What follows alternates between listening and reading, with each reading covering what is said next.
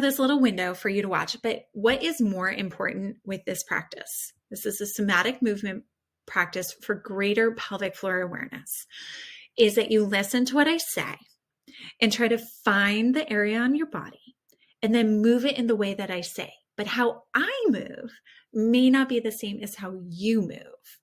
So you can look at me, if you can see me in this little circle down here, or just in your mind, there's really no right or wrong way in how to move. So what we're going to familiarize ourselves with, we're going to start with what I call like the sticky outie bones. They're right up here. Technically, these are called your ASIS. And we're going to connect with those. And then we're going to go to the back and connect with your tailbone. And then we're going to come back to the front and connect to your pubic bone. I'm sorry, I lied. We're not going to connect to the ASIS today. We're going to connect to the sit bones, which are the bones that you sit on. The sit bones are the width of your pelvic floor. Okay? How wide left to right your pelvic floor is. And then the tailbone and the pubic bone is the front to back of your pelvic floor. So we're going to connect to how wide and then how deep your pelvic floor is. So first thing I want you to do is make sure you're sitting on a chair that has at least a little bit of padding on it. So if you're on a hard surface chair, you're going to want to lay down like a blanket or a towel or a pillow because your knuckles are going to be on that chair. So you're going to put your hands under your bum. I'm going to tilt my camera down now. I'm not going to tilt my camera down. I want you to listen to me. You're going to sit on your hands under your bum like this, okay?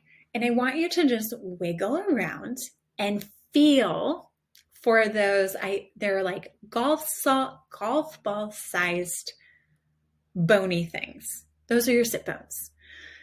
And I want you to close your eyes and just observe how your sit bones feel in your hands, on your fingers. Wiggle them around, feel that pressure on your hands. And then I want you maybe wiggle your fingers and feel how your fingers feel on your sit bones.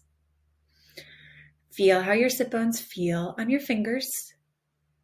And then feel how your fingers feel on your sit bones. Okay, now I want you in your mind to just observe the width, like how wide apart your two sit bones are. And then imagine this basket of muscular fibers weaving in and around and between those two bones.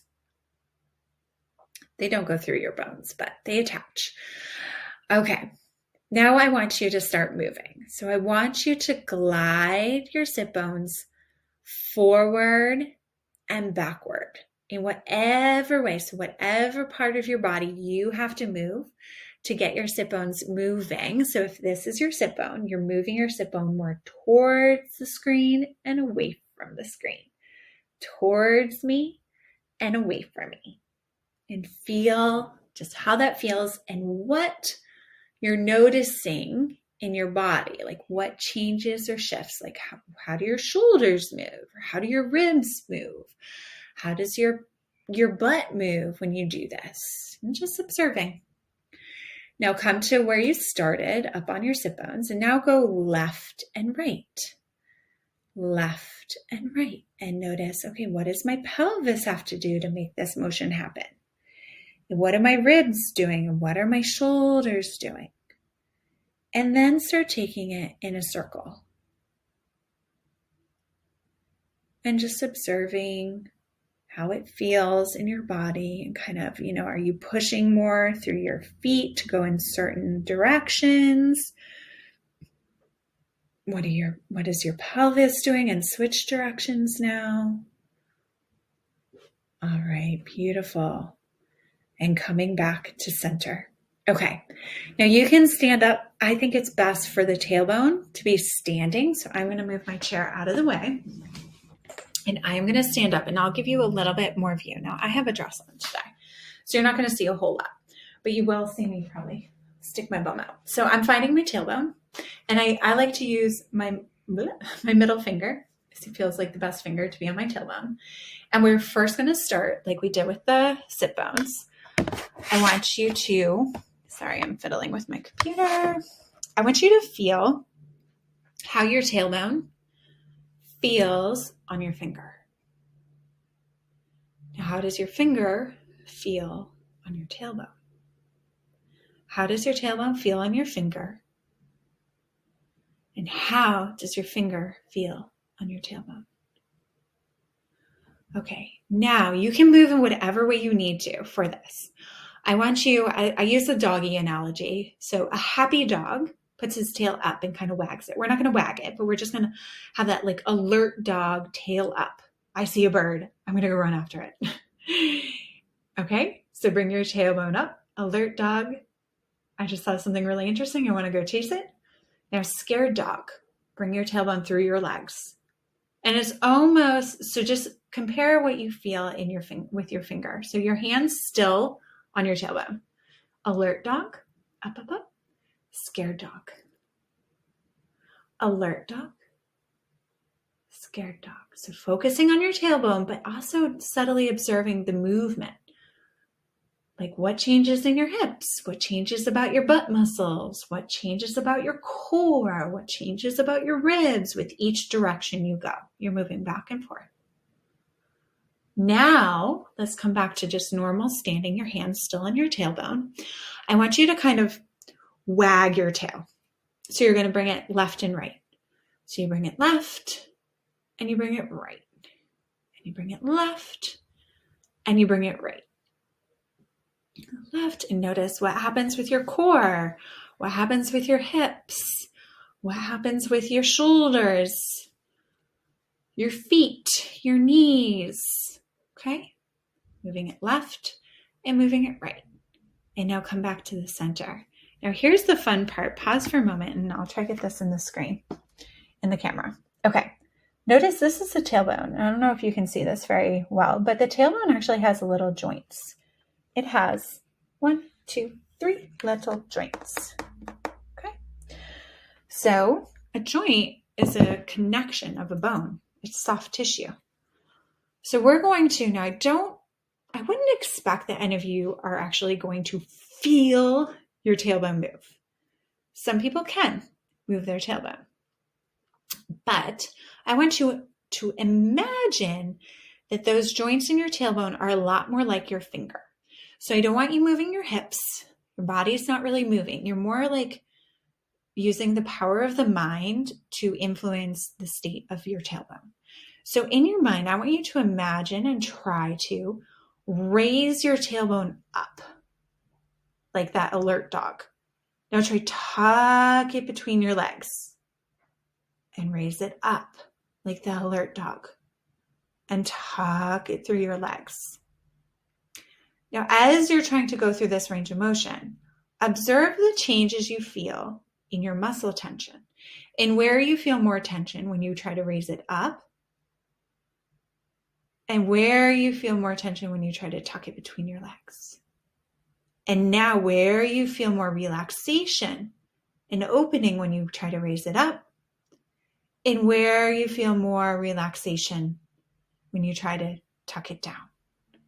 And now bring it back to its more neutral position, wherever you think that is. Don't worry about if you're right or wrong. And now you're going to try to wag your tail to the right without actually moving your hips. Okay, so wagging to the right and wagging to the left. So you're trying to pull your tailbone to the right.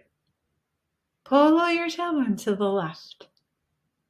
And notice, do you feel anything contracting in your body to do that and pulling to the right? What do I feel? And just observing. That's why I'm not telling you what you should feel because there's no shoulds. There's just observing here and pulling to the left and coming back to the middle.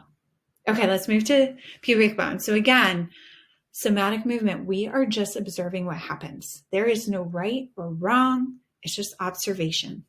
So I'm telling you the movements to do and cueing you on what you could be observing. You observe for yourself in your body. You experience this for yourself in your own body. Let's end with your pubic bone. So finding your pubic bone, placing your hand on it, right there. So with your pubic bone, this is similar to the tailbone. It's very strong joint, doesn't move a whole lot, but we're going to take it through a similar movement. So first we connect in by observing how our pubic bone feels on our fingers and how our fingers feel on our pubic bone, how our pubic bone feels on our fingers and how our fingers feel on our pubic bone. Now, I want you to take your pubic bone and try and move it as far away from your chin as you can. And now I want you to bring it as close to your chin as you can. Bring it far away from your chin. And bring it so close to your chin. Now, as you go through this movement, notice the muscles that contract as you bring your pubic bone away from your chin towards the floor. And then now the muscles that contract to bring it up to your chin and away from your chin. Now, what is your pelvis doing as you do that? Towards your chin, away from your chin, and towards your chin. Now stop halfway in between. Now try to bring your pubic bone to the right, and to the left, and to the right, and to the left. And what changes in your body to move it to the right versus the left? And observing, how am I moving? What is being influenced when I move my pubic bone in that way? Now bringing it in a circle, drawing a circle with it. What's moving? What's contracting? What's relaxing? Go as slow as you need to observe. I encourage slower movement over faster movement. And now the other way. Beautiful. A couple more. And just observing that, connecting to that pubic bone and where it is in space. Now bring your free hand to your tailbone. Last thing here, connect in to that distance. And you can move around if you want to, of where the distance between your front hand and your back hand. So your front hand on your pubic bone and your back hand on your tailbone. I'll give you a quick view of what I'm doing here. So I have my hand here and I have my hand here. And I'm just kind of observing this distance right here and tuning in and creating this proprioceptive, or where you are in space, this mental map of that distance. And then the same if you want. I'll show you that. You really kind of have to bend down, stick your booty out, and feel the sit bones and that feeling that width between the sit bones. And then coming back to the space and have a seat.